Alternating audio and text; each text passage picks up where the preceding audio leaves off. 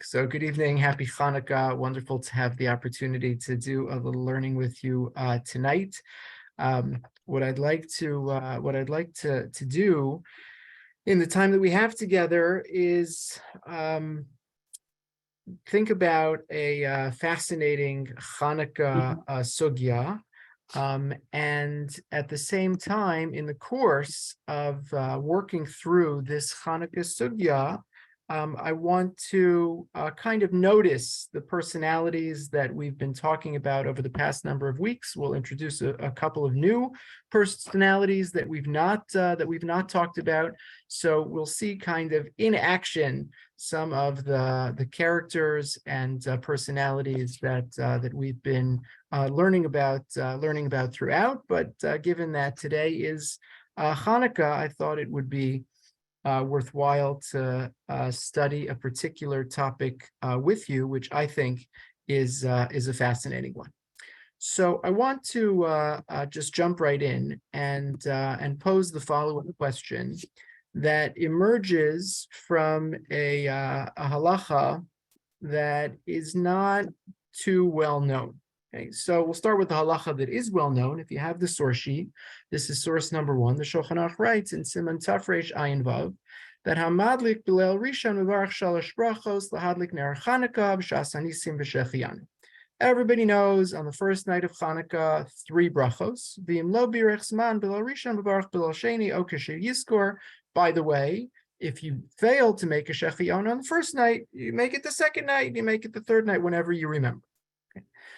Mila Rishon ve'elach b'varach shtayim lahadlik b'shas hanisim, and as you know, on all of the following nights 2 to 7, no shechiyanu, just 2 brachos, the mitzvah, the bracha of lahadlakas ner Chanukah, and the bracha of shas hanisim. Now here's the part that is less well known. Misha lo hidlik ve'enu asid v'hadlik be'oso alayla v'gam ein madlikin alav b'soch beisa. So there's someone who has not lit a Hanukkah candle, and he's not going to light a Hanukkah candle, nor is anyone in his home going to light a Hanukkah candle on his behalf. What can he do? If he happens to see somebody else's Hanukkah candle, he can't say the bracha. He's not performing the mitzvah. He can't say that bracha. But the second bracha, where it's not necessarily attached to the mitzvah of lighting, but it's a birkas shavach v'hodah, the same way that if you hear thunder, you make a bracha. So you see someone who's lit a Hanukkah candle, you could say the bracha of sha'as hanisim lavuseinu. And by the way, below Rishon V'Barach Gam Shechiyanu, and same thing, if we're the first night, you could say the bracha of Shechiyanu as well. So the question that I want to explore with you over the next few minutes is, who is this person? What kind of bizarre situation could we concoct in which someone is obviously interested in fulfilling the mitzvah?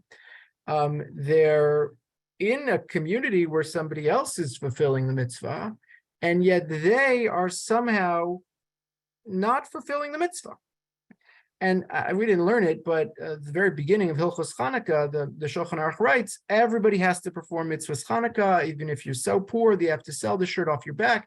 I mean, how much does a Hanukkah candle cost, right? 44 candles for $1. Like, it's basically the cheapest mitzvah you could possibly imagine. And we light lots of candles, but the Iker mitzvah is just to light 1 candle. So who is this person that is part of the community, is interested in performing them, right? It's not someone who's not interested in mitzvahs and decided not to. No, they're interested.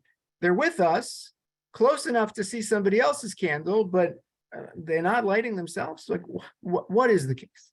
So the simplest answer, right? Rashi says, like, it's somebody on a boat. Very hard to imagine. Like, they're on the boat, but they're close enough to shore they could see somebody else's. Okay, you could dream up some kind of crazy situation, but practically, realistically, in our lives, is this ever going to be applicable? Can we think of a case where somebody cannot light a Hanukkah candle, but would say the bracha of Sha'as Hanisim upon seeing someone else's candle? That's the question that I want to explore over the next few minutes. So far, so good? So with that question in mind, I want to learn with you a separate halacha, which is going to be relevant in a few days. Okay, so we're going to switch gears for a second, and we're going to switch to the topic of candle lighting on Friday night, and you'll see where all of this is going in a minute. So just to put things in context, so Friday night we have a little bit of a challenge. Normally we light Hanukkah candles after Tzeis HaKochavim, after not just sundown, but really after nightfall, and Shabbos starts well before then. So we have no choice but to light Hanukkah candles early. There's no other way to do it. So we're lighting Hanukkah candles early, and we're also lighting Shabbos candles. So now we're faced with an interesting question, which is, what comes first? Do you say you light Hanukkah candles first, a special mitzvah of Hanukkah candles, or do you light Shabbos candles first? So I want to share with you the tour. Okay, so remember, the tour was the book upon which the Beis Yosef was built. The Shulchan Aruch, Rabbi Yosef's Karo's magnum opus, the Beis Yosef, took him 28 years to write, began exactly 500 years ago in 1522, completed in 1550, published a few years after that. So, published in 1550. So what is the tour? What does the tour say about this question? So Rabbi Yaakov Baal HaTurim writes the following. Source number 2. Kasav Behag, Ner Shabbos v'shel Chanukah yadlik shel Chanukah b'reisha. Madlik shel Shabbos b'reisha itzar le'ladluke shel Chanukah. Taha kablis l'Shabbos. Kabli l'Shabbos. So the Torah quotes a very early Halakhic code called the Bahag, the Baal Halachos Gedolos, who says, I have the answer to this question. When faced with the difficulty of deciding whether you light Shabbos candles or Hanukkah candles first, what do? Light Hanukkah candles first. Why? Because if you light Shabbos candles first, well, then it's Shabbos, and now you can't light Hanukkah candles. So light Hanukkah candles first. Now again, this is a tour. This is the tour which is meant to be a halachic code. The tour quotes the Bahag, and then he quotes Tosfos. He says, "Vatosfos kasvu she'ena kabbalah teluya b'hadlaka, v'yachal lahadlik shel Shabbos tchila, v'yachar kach shel Chanukah kol zman shelo kiblu l'Shabbos." So Tosfos has a very different position. Tosfos says, no, you don't need to light Hanukkah candles first. Why do you think that lighting Shabbos candles means that you accept Shabbos? Why does that when Shabbos starts? Shabbos starts when Shabbos starts. When you light Shabbos candles, it could still be Friday. In which case, you've lit Shabbos candles. It's still Friday. You can light Hanukkah candles, and then Shabbos will start when Shabbos starts. So why not just light Shabbos candles first? Now again, if you picked up the tour and you just wanted to know what you should do come Friday afternoon of Shabbos Hanukkah, you'd read these two opinions and you'd kind of be left not any further ahead than when you started. Maybe you would know the authors of the two positions, and maybe you know something more about this machlokas. Very interesting, but as a practical matter, you're just trying to be a good Jew and decide, what do you do? So just notice that in the tour, there's a problem for people who are interested in practice, because he doesn't give you the decision. He just gives you the machlokas. Sometimes he's more decisive, but in this case, there's a perfect example. There is no final word, so you're left wondering what to do. So along comes the Beis Yosef. And remember, the Beis Yosef is written by Rabbi Yosef Karo as a comprehensive, expansive, extensive work where he's commenting on the tour, citing virtually everything that he can come up with that's been written about the topic, and then he organizes and synthesizes it for you. So let's see how the Beis Yosef helps us answer this question. We're wondering, what does one do on Friday afternoon? So to summarize in source number 3, as one might imagine, he gives you a kind of play-by-play. And he says, this is how the Rishonim line up. Okay. You have the Ran, and you have the Ramban, and you have the Rush, and here's how they line up. Some people like the Bahag, some people like Tosfos, some people say you should light Hanukkah candles first. Some Rishonim write that you should light Shabbos candles first. And then at the end, after giving you the back and forth, and now you know all the positions, and now you know all the sources, he says, Ule'inyan ma'aseh. So let me just tell you what to do. As a practical matter, what should one do? Nirali, so now he's synthesizing. He's saying, what I think, right, based on all this, remember the organizing principle for the Beis Yosef was 2 out of 3. You can kind of short circuit the system, and what he's going to paskin like in the Shulchan Aruch mostly is if there's ever a debate among the Rambam, the Rif, and the Rush, as long as 2 out of 3 come to one opinion, even if it's not the most intuitive conclusion, 2 out of 3, that's going to be the conclusion. In this case, we don't have 2 out of 3 because we don't have the Rambam and the Rif's position on this question. The Beis Yosef doesn't cite those positions. He says the better outcome here is to light Hanukkah candles first.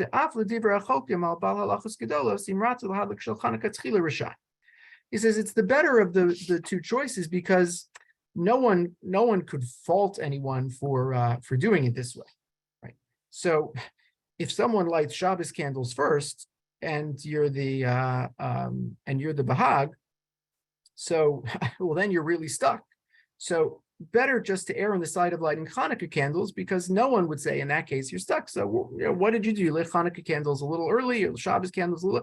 It's fine, right? Better to do it this way than to risk doing it in a way where half the Halakhic world thinks that you violated Shabbos by lighting Hanukkah candles after Shabbos has begun. That's the position of the Beis Yosef.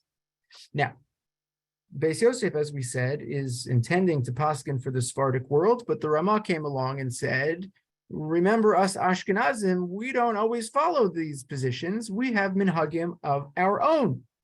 So the Ramah writes the following. The Ramah in his Darkei Moshe, in source number 4, says, I don't like this whole approach of the Beis Yosef. He's saying it's ein devarav nirin bazeh. Sharash b'kasav b'tshuva v'chen kasav b'toldos adam l'chavan l'seif tes chelak aleph teyadlik shel Shabbos tchila. He says there's a missing argument here. There's a missing argument that says really Shabbos candles should come first. Why? Tadir b'she'enu tadir kodem. Because there's an important halachic principle that when 2 obligations emerge at the same time, the one that comes first is going to be the one that is more frequent. So which one is more frequent? How often do we light Shabbos candles? How often do we light Hanukkah candles? Not even close. Shabbos 52 times a year, Hanukkah 8 times a year. So obviously, based on that principle, Shabbos should come first. Okay. Amar Hadlaka lo have Kabbalah Shabbos dialik Shabbos tchila mihu anu noagim lahadlik shel Hanukkah tchila v'chen kasav b'minhagim shelanu. So this is really fascinating. The Ramah reaches a good conclusion based on an important halachic principle, which was basically overlooked in the Beis Yosef. And he says, really, you should light Shabbos candles first, but in the end of the day, you know what we do? We light Hanukkah candles first. That's our minhag, okay, which is stunning, because what the Ramah is saying is that even though the minhag is not as strong as the halachic argument, the minhag is the minhag, and we don't mess with the minhag. And that's kind of a typical approach of the Ashkenazic poskim, which is to emphasize, overemphasize, value, overvalue the place of minhag. The way we do things is decisive. So you can make a strong halachic case, great, that's all great, but the minhag is really the most important thing. Okay, so I just said this in passing. The Darkei Moshe quoted a book called the Toldos Adam V'Chava, so I just wanted to put it up on the screen for you, because this also is an important point here, which is when sources get cited secondhand, you always have to go back to the original, because how faithfully are they cited? So the Rama quoted the Rabbi Yerucham, who's the author, 13th century Provence, the author of this book called the Toldos Adam V'Chava, who introduces this really compelling argument: Tadir Sheinu Tadir Kodem, the more frequent should come first, in which case Shabbos candles should come first, okay, which is all true. He was faithful to the Rabbi Yerucham in this case. But there's another piece of this commentary which I think is so compelling. Okay, and I just wanted to share it with you because it's the logic is so unassailable. Right? He's saying, don't worry about the fact that that after you lit Shabbos candles, it's Shabbos. No, after you lit Shabbos candles, it's not Shabbos. And he says, and I'll prove it to you. He says, Yesh misha yesh l'hadlik kaman era shel Shabbos. He says, a lot of people light more than one Shabbos candle. I would say most Jews light more than one Shabbos candle when they're lighting Shabbos candles. We call them Shabbos candles because it's almost always lit in plural. So he says, just think about it for 1 second, right? Yesh mi sheyesh l'hadlik kaman ner shel Shabbos kevan shehidlik echad eich yadlik ha'achiros. He says, if it were really true when you lit Shabbos candles that Shabbos started just like that, how can you light the second candle or the third or the fourth? Obviously, it doesn't work that way. You'd be dead in the water. So it must be. So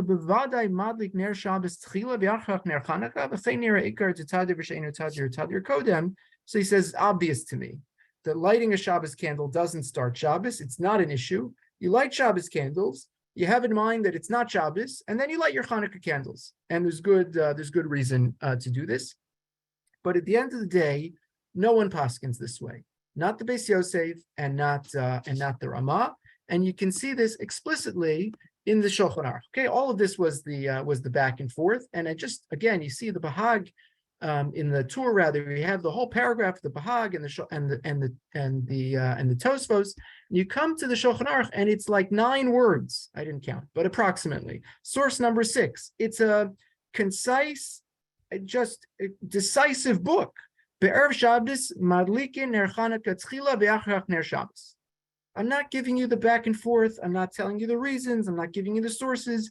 When it's Erev Shabbos and it's time to light Shabbos candles and Chanukah candles, you light Chanukah candles first and then you light Shabbos candles. Why?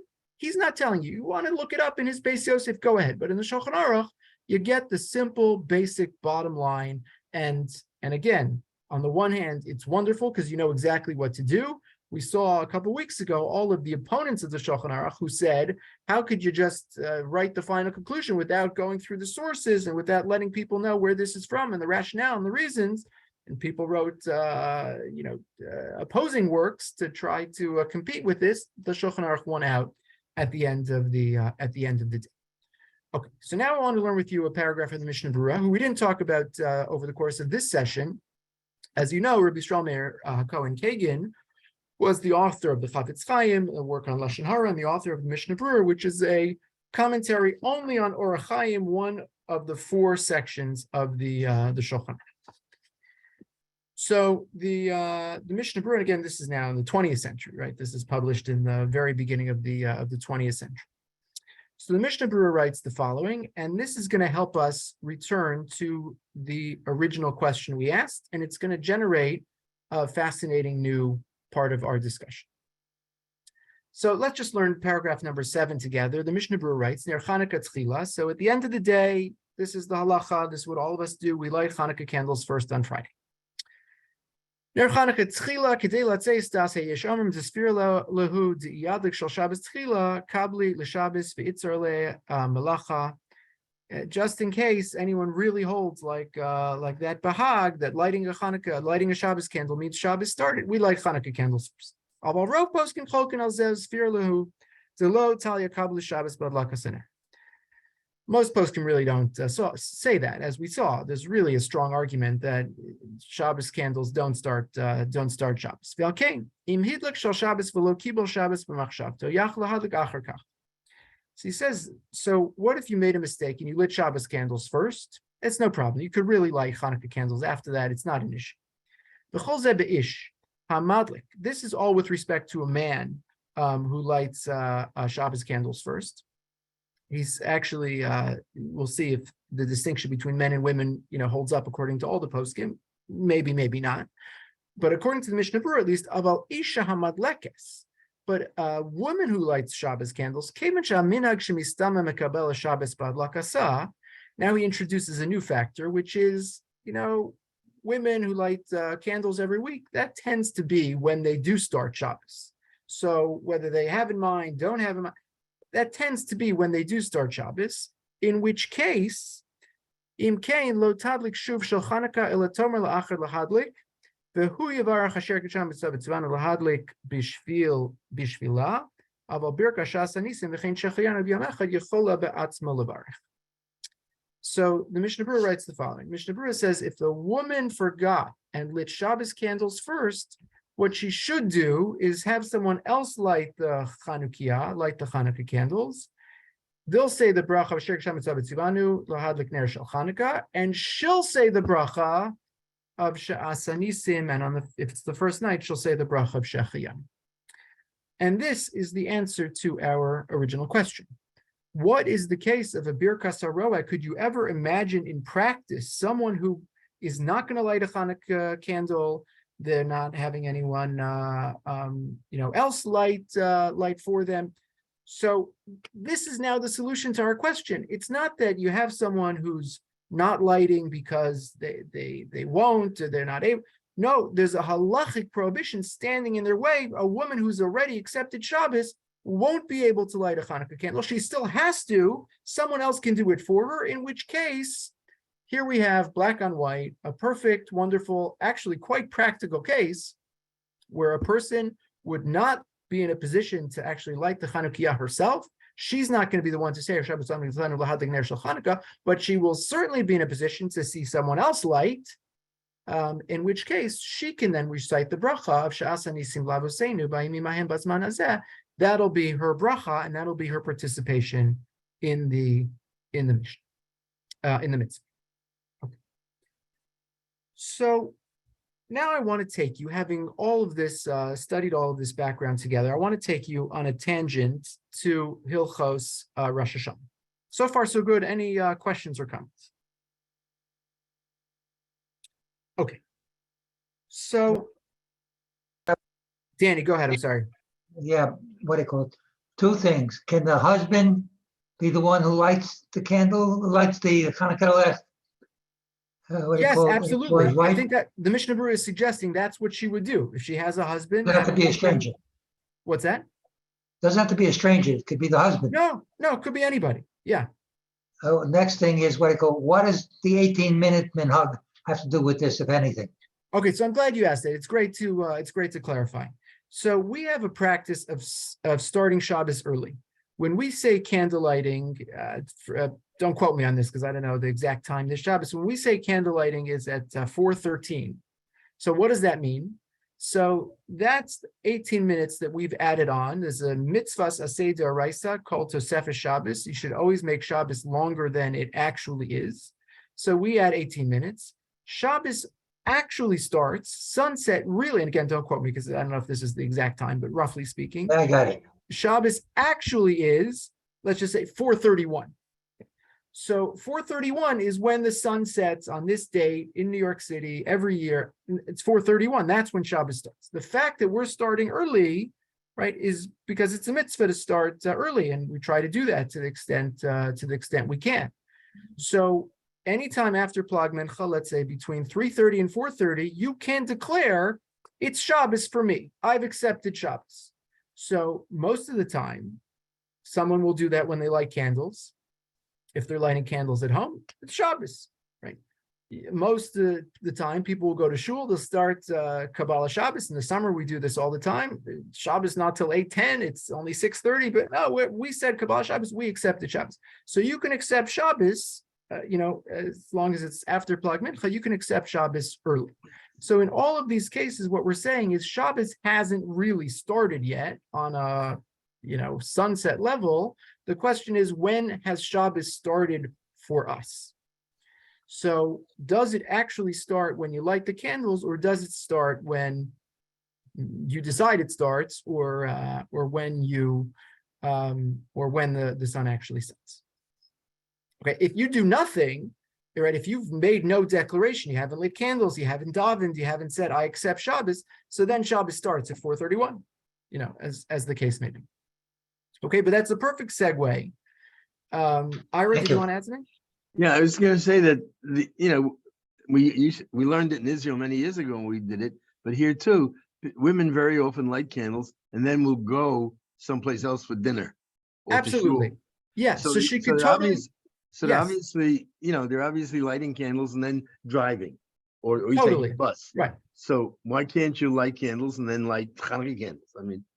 Okay, so that's perfect. Meaning, what you're saying exactly what half the poskim are saying, which is, if she doesn't have in mind that she's accepting Shabbos, it's not Shabbos. You can light Hanukkah candles, and if you have in mind that I'm taking the bus, it's not 4:31 and I have time. She could have lit candles at 3:45. She could have 45 minutes, right? So this is a perfect segue to the principal issue that I want to share with you tonight. Okay, and that is a fascinating comment of the Taz. To get to the Taz, I want to take you on a tangent, and I want to take you to Hilchos Rosh Hashanah. And this is a perfect example of the Taz. You remember the Taz, we're in the 17th century now. This is 17th century Poland, and these are the principal commentators on the Shulchan Aruch and the Ramah, the Shach, the Taz, the Magen Avram. And the Taz is born at the end of the 17th century, and as we talked about a couple weeks ago, he's the Gadol Hadur. And the Shach is the young upstart, and they get into a number of very important Halakhic discussions and controversies. But the Taz is the Gadol Hadur. And his commentary is not so much, as we talked about, a strict commentary, but a kind of jumping off point to talk about and discuss halachic issues pertinent and around the issues that the Shulchan Aruch is talking about. Okay, so we're in Hilchos Rosh Hashanah, and the Shulchan Aruch just kind of says, by the way, Imchal Yom Rishon b'Shabbos Omrim Shechiyanu b'Shofar b'Yom Sheni.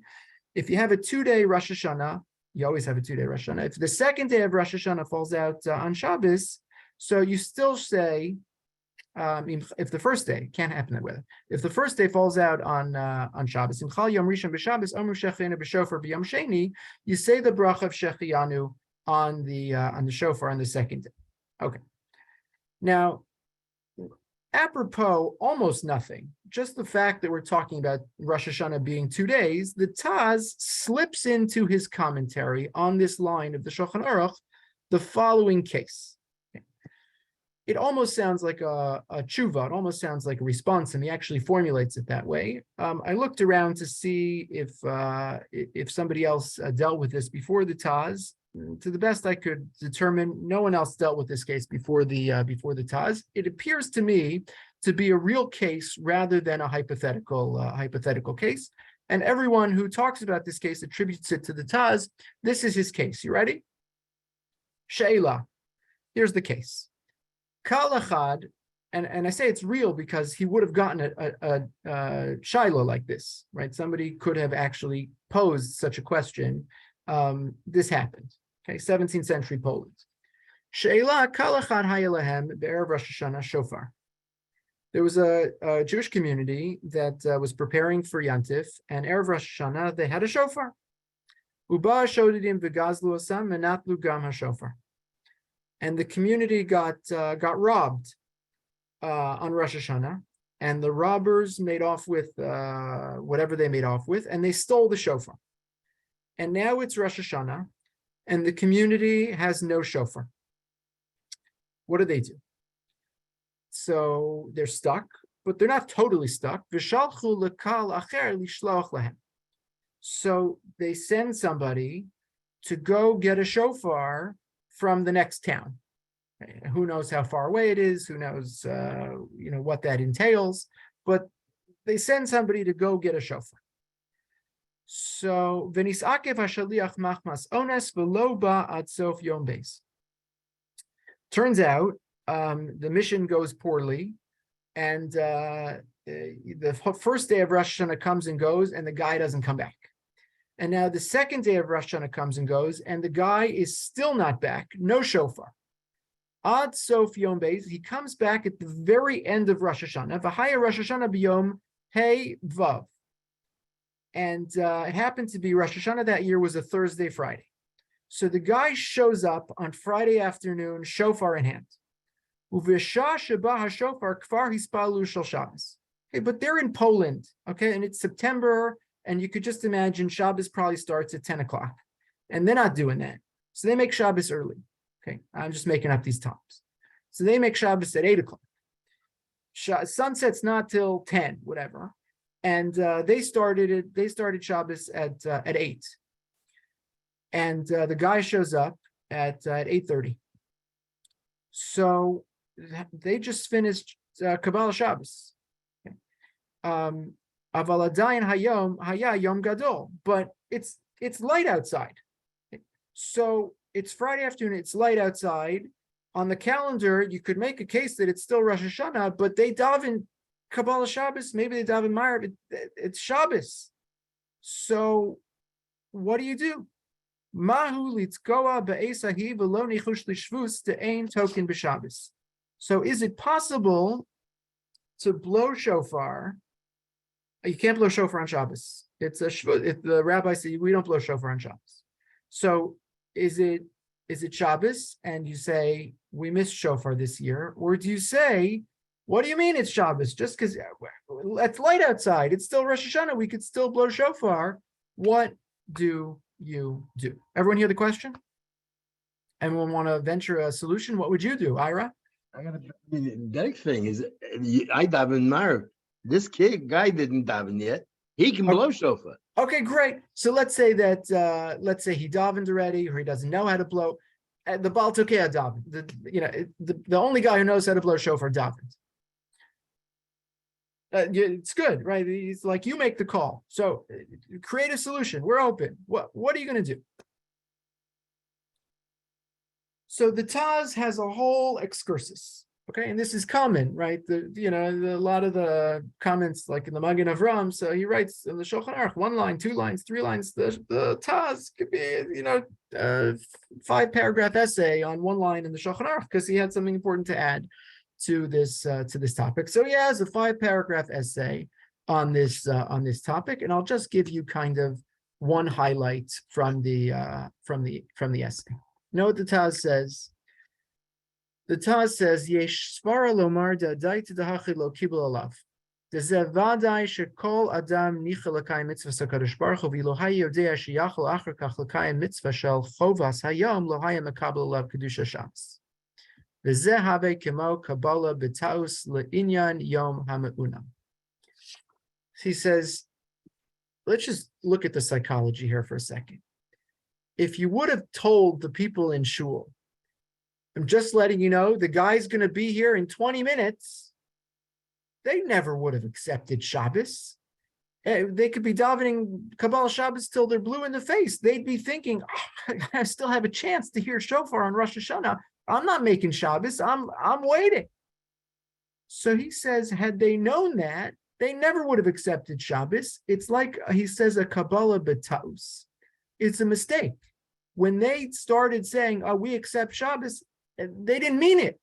And we know they didn't mean it because we know, of course, they want to hear the shofar.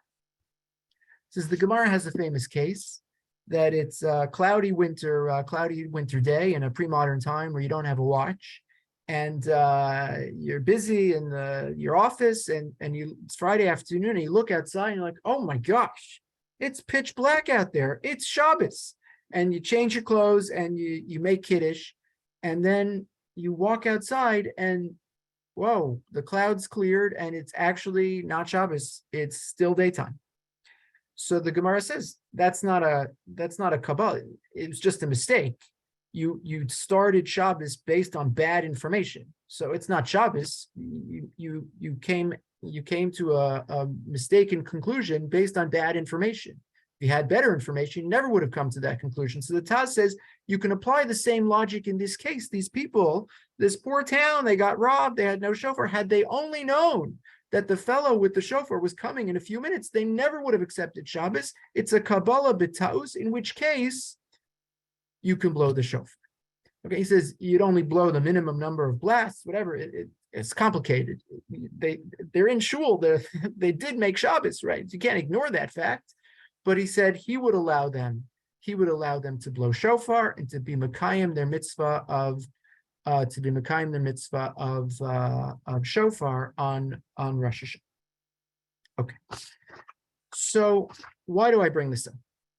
I bring this up because isn't this halacha then going to be applicable when it comes to the Mishnah Berurah's case, the woman who lit Shabbos candles too early, or she lit Shabbos candles by mistake, and she thought it was the right thing to do, and then she, oh, I forgot to light Hanukkah candle, and then she has somebody else light for her, and then she's going to say just the bracha of Shas Hanisim. What about the Taz? Why don't we just apply the logic of the Taz and say, it's a great argument. Had she known that there was still a possibility of lighting Hanukkah candles, she never would have accepted Shabbos. That's not what she meant. So of course, irrespective of the fact that she lit the Shabbos candles, she can go ahead and light the Hanukkah candles. Isn't it the same thing? And a number of poskim actually say exactly this. You remember the Levush? The Levush, I sort of said tongue-in-cheek, was like this tragic story. He thought of writing a kind of commentary like a Beis Yosef, and then he's in Venice exactly when the Beis Yosef gets published, and he says, I can't do that. And he has a thought, maybe I'll write an Ashkenazic response. And then he's in Krakow, and the Ramaz commentary gets published, and now he's got nothing left. So he decides maybe the Beis Yosef is too long, the Shulchan Aruch is too short. I'll write something which is somewhere Goldilocks in the middle, little explanation, but not so long. And he did, and he wrote a beautiful book, but it was just overshadowed by the Beis Yosef and the Shulchan Aruch, and it's used as a reference, but the Shulchan Aruch's been reprinted 100 times, and Levush has been reprinted. I don't know if it's been reprinted. Okay, I'm joking. It has been reprinted, but obviously it's not the household name that the Shulchan Aruch has become. But the Levush, just to let you know, that he still factors into the Halakhic conversation. Source number 10, he says, if you didn't have in mind just the fact that you lit the candle, no problem. If you haven't decided that it's Shabbos, it's not Shabbos, it's no problem. And the Eliyahu Rabbah, who we didn't have a chance to look at him. He's a little later, 1660 to 1712. He functioned mostly in Prague, and he wrote a commentary to the Levush, which is not strictly a commentary to Levush, but also factors into the halachic conversation quite often, especially in Orach Chaim. So he writes, he says it doesn't matter. I don't care if it's a man or woman, doesn't matter. Afilu be'isha nir lo lechalek. Normally,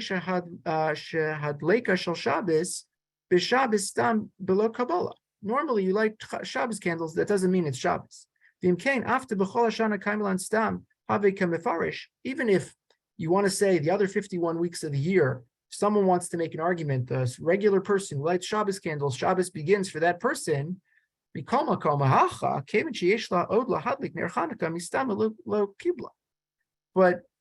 on Shabbos Hanukkah, we would make an exception to that rule because presumably the person still wants to light Hanukkah candles, and again, this Taz is the best proof, right? This case of the missing shofar. So that's the best proof that had I only known, I never would have accepted Shabbos. In which case, you could still blow shofar on Rosh Hashanah, and you could still light Shabbos candles, still light Hanukkah candles rather on Shabbos. The problem is, the Taz has a comment on this halacha, the Shabbos, Erev Shabbos Hanukkah discussion, and the Taz writes the following. He says, Neros Hanukkah Tchila, we light Hanukkah candles first. And we know why, because if you light Shabbos candles, it's Shabbos, and he quotes Tosfos, you have both Svaras. He says, okay. At the end, second to last line, Ish Shamadik Ner Shabbos, V'shachach lahadlik shel Chanukah, also lahadlik shel Chanukah achakach, elitin la'achar mimnei beso lahadlik, v'lo kilavush shematir b'di'eved, v'zed lahadlik achakach, kem shelo kibul b'fer Shabbos. He says, I know about the Levush. And the Levush said if somebody mistakenly lit Shabbos candles first, it's fine, they can still light Chanukah candles. No, I object. And the Taz, of all people, the Taz says, if you lit Shabbos candles, it's over. If you lit Shabbos candles, it's Shabbos, and you cannot light Hanukkah candles anymore. So the question is, what's the difference? How was the Taz so willing to allow you to blow shofar in the crazy shofar case when you started Shabbos, but we'll say it was, we'll give you the benefit of the doubt. Had you only known it was a mistake and it's not really Shabbos, you could still blow shofar. When it comes to Hanukkah, why can't you say the same thing? It's the same logic. Had you only known that the mitzvah was still possible, you never would have accepted Shabbos. So how on earth can you reconcile right? It's the Taz, it's the same author, right? It's just a couple paragraphs away. Hilchos Rosh Hashanah, Hilchos Hanukkah. How can you reconcile this discrepancy in the Taz? Any suggestions? Yep. Go ahead. How important is each of the mitzvahs in order? So you're saying when it comes to Rosh Hashanah, we'll let it go because it's so important, and when it comes to Hanukkah, it's only D'Rabbanan and less important. Both shofar and Shabbos are midoraisa, and Hanukkah is midrabanan, and the Gemara makes those distinctions all the time because those are some.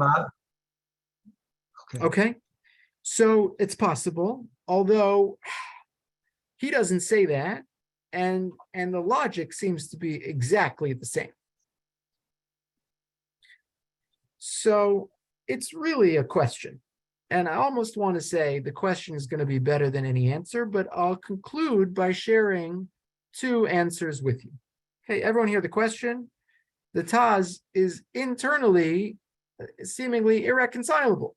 In one breath, he says, accepting Shabbos, you could sort of undo it. It's no problem because everyone wants to hear the shofar. But in the next breath, if you lit Shabbos candles, you accepted Shabbos. Oh, of course, it's just a mistake. I wanted to light Hanukkah candles. No, he says, it's over. And the solution is have somebody else light the candles who didn't accept Shabbos. You can't light candles anymore. So I'll share with you two solutions. And in the interest of time, I'll just maybe summarize them. The first one comes from a man called Rabbi Amram Bloom, who was the author of a book called the Beis Sha'arim. He was a Hungarian rabbi, sort of in the Chasam Sofer school, a student of the Chasam Sofer's students. At the end of the 19th century, he was born in 1834 and died in 1907, a decade before the First World War. He's very bothered. He's one of the principal discussants of this issue. Very bothered by this question in the Taz. How could the Taz say yes to shofar and no to Hanukkah? And he develops the following idea. He says, shofar is on you. The obligation to hear the shofar it starts at the beginning of the day. It's all day. It's sitting there, and therefore it takes up this kind of halakhic identity that there's no way that you could remove it from your halakhic mind. So Shabbos starts, but it's always sitting there. Like, oh, if it was only not Shabbos, you're holding on to it from the beginning of the day until you can't hold on to it anymore. And so if the guy shows up with the shofar, obviously that's going to kind of undo your tentative contingent acceptance of Shabbos. That's clear. But when it comes to Hadlakas Ner Hanukkah, really the mitzvah isn't till the nighttime. The fact that we're doing it early is just because there's no other way to do it, but really the obligation only started at night. And so once you accept Shabbos, it's over because you never really latched on to the obligation to light Hanukkah candles. I'm not particularly moved by that explanation because at the end of the day, we are lighting Hanukkah candles on Friday afternoon, and it is on my mind, and I am thinking about it, and I'm not so convinced. Maybe slightly more convincing is the answer I have for you at the end of your source sheet, which is quoted in the name of Rav Shlomo Zalman Auerbach in a slightly different context. which had to do with lulav, a kind of similar situation where you didn't have a chance to bench lulav on a Friday, the last Friday of Sukkot, and then Shabbos started. And you could imagine a number of cases where this halacha might have application. And Rabbi Shlomo Zalman says in that case that you are allowed to bench lulav, whereas Hanukkah you'd not be allowed to, because at the end of the day, when it comes to Hanukkah, it is possible to perform the mitzvah al yedei acherim. It is possible to have someone else light for you. So I would say the following: it kind of goes back to the nature of this heter of the Taz, this allowance. We're not in love with rewriting history. You started Shabbos; it's Shabbos. We're willing, sort of holding our breath, holding our nose, I should say. We're willing to let that go in an extenuating circumstance if there's no other way. Like Rosh Hashanah is going to go by and you didn't hear the shofar. Okay, we're going to do this kind of halakhic trick and say, had you only known, you didn't really know, so you didn't mean it. We'll let that go. But to go down that road when there's a perfectly acceptable alternative, we're not going to do that. And when it comes to Hanukkah, there's a perfectly acceptable alternative, right? If I'm staying at my brother-in-law's house for Shabbos, so I don't need to light Hanukkah candles. I'll give him $1 and I'll say, I'll be your partner and you light Hanukkah candles and have me in mind. Fine, perfectly acceptable. I don't need to be the one to light. I'm saying that someone in the house should light Hanukkah candles, and it'll be him because I'm staying in his. There are lots of cases where I could be the one not to actually do the light. So in this case, the person lit Shabbos candles, and okay, they have a good alternative. They can have somebody else light the candles. Somebody also have lit the candles in their home. They'll still be able to say the bracha of Shas Anisim Lavuseinu, and that will be sufficient. So. Again, it's a practical distinction. It's not decisive. I can't tell you for sure this is what was on the Taz's mind when he said shofar, yes, Hanukkah candles, no.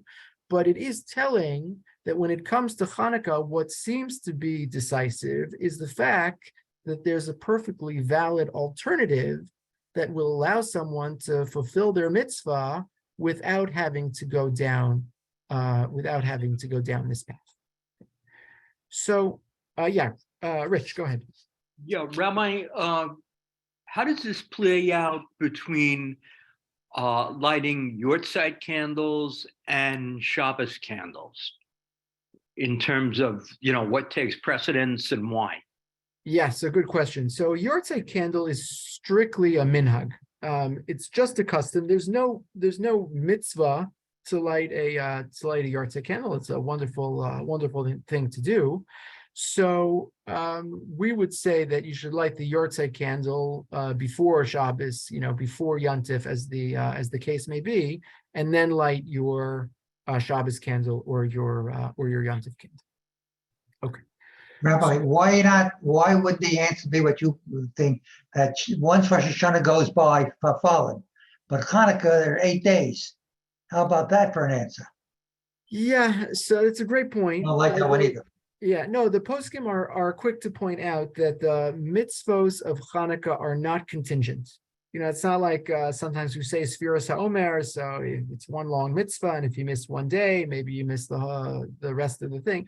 No, if I missed a whole day of Hanukkah, it's over, and now there's a new day of Hanukkah, and it's a whole new ball of wax. It's a whole new mitzvah. So from that perspective, there's not another chance to do my third night of Hanukkah. Like this is it. There's one night, which is called night 3. And if I don't do it, it's over. It is for fallen. So from that perspective, it is the same, calculus. So I just want to conclude with the final thought, just to notice that there's such a rich development. And again, this is just one of a million examples, but I thought it's a kind of fascinating case where you get to see in action the development of the halacha and all the layers coming together. and we compress time to bring arguments into conversation with each other from the course of a 500, this actually goes back 700-800 years worth of discussion, okay, which I think is just fascinating and amazing to bring into one discussion, right? The Rabbeinu Yerucham and the Shlomo Zalman Auerbach, they're 700 years apart, and they're in this conversation. We're on the same source sheet. We're in the same in the same conversation, and that's the living, breathing halachic process that we've been talking in and around, and now we got to see it a little in action. So I'll just conclude with this thought, which is there's a little irony here. As we talked about at some length, the Shulchan Aruch attempted to freeze the halachic process and write a decisive code. And this would be the be-all and end-all of the discussion. You only had the Tur, and the Tur said that Bahag says this, and Tosas and Shulchan Aruch says, I'm going to come along and decide. And that'll be the end. Actually, what happened is that the Shulchan Aruch served to generate enormous halachic creativity. Remember, the Taz is a commentary to the Shulchan Aruch. This all took off because of the Taz's discussion, and then the Mishnah Berurah is right. And I skipped over 50 intervening commentaries and 300 intervening years. It's just so much that you could compress into an hour-long talk. But in this way, the Shulchan Aruch was successful in as much as he created a code that was both universally accepted and a code that endured. But at the same time, he launched centuries and centuries of halachic discussions, and really, ein l'davar sof, in a certain sense, right? He generated much more halachic discussion, and widened the scope significantly of the halachic discourse in the process. So I'll just say, on this special day of Hanukkah that celebrates the unique ability of the Jewish people to endure, it's a wonderful opportunity to reinvest in the study of the Shulchan Aruch. Yaakov Emden said famously that every generation that gets further and further away from Matan Torah represents a greater and greater miracle. Like if you were the grandchildren of Jews who stood at Har Sinai, so it's such a big deal that you stayed true to your grandparents' religion. They were at Revelation. They were there firsthand. How impressive is that? But 10 generations later, 100 generations later, 500, that's really impressive. So every year that goes by, every generation that goes by, you see a Hanukkah candle burning in the window. Like, look at those people in the window. They're still doing this. It's unbelievable. And every year becomes a greater and greater nace. Every year becomes a greater and greater miracle, and it gives us more and more reason to celebrate. So with each passing year, we celebrate the Jewish people's unique ability to endure.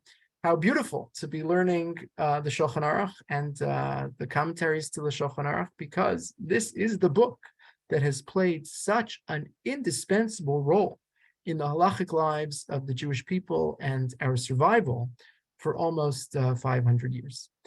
Should only continue. We should continue to study the Shulchan Aruch together and all of its wonderful commentaries, lahagdil Torah v'adira, to expand our knowledge and appreciation of the Torah, its mitzvos, and the entirety of the halachic process.